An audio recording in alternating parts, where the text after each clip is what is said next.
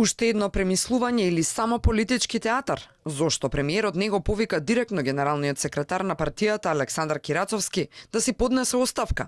Откако антикорупцијска комисија кристално заклучи дека има мешање на овој близок соработник на Заев во вработувањето на негови роднини. На 21 февруари, на прашање на Алфа за непотизмот, Заев во придружба на Кирацовски одговара со најпофални зборови за него. Не верувам дека членови на семејството се примени надвор од закон.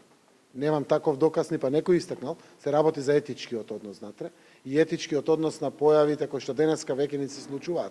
Не гледам некаква одговорност. Господинот Кирацовски е пратеник во собранието, секако е генерален секретар на Социјалдемократскиот сојуз на Македонија, секогаш транспарентен во своите постапки. Откако антикорупцијска утврди непотизам, Заев со силни зборови ветува чистка меѓу функционерите и владата, ама никако да го повика генералниот секретар да си даде оставка.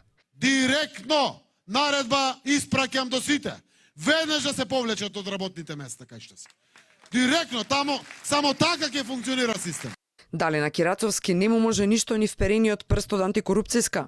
Зошто комисијата воопшто се конституираше со транспарентен процес, како врвен реформски приоритет, ако низината одлука нема сила, ниту важност за функционерите од типот на Кирацовски? Зошто премиерот директно не му побара оставка? Многу зошто, но веројатно одговорите јасно се надзираат во коментарите на самиот секретар на СДСМ.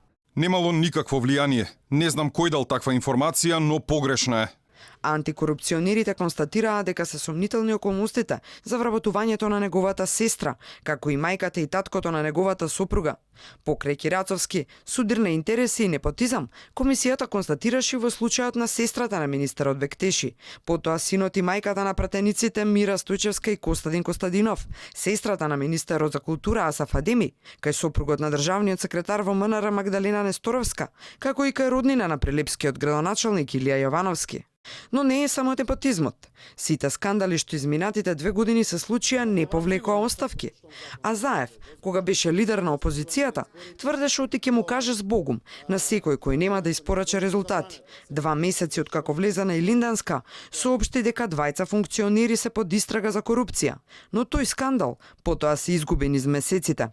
По ова следеше скандалот со Фондот за иновации и изненадувачката изјава од Заев.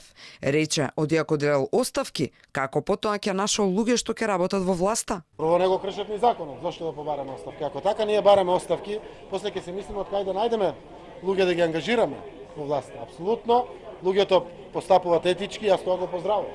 Оставки ниту Заев бара, ниту посочените даваат. Може ли да се стигне во Европската унија со реформи без реформирање?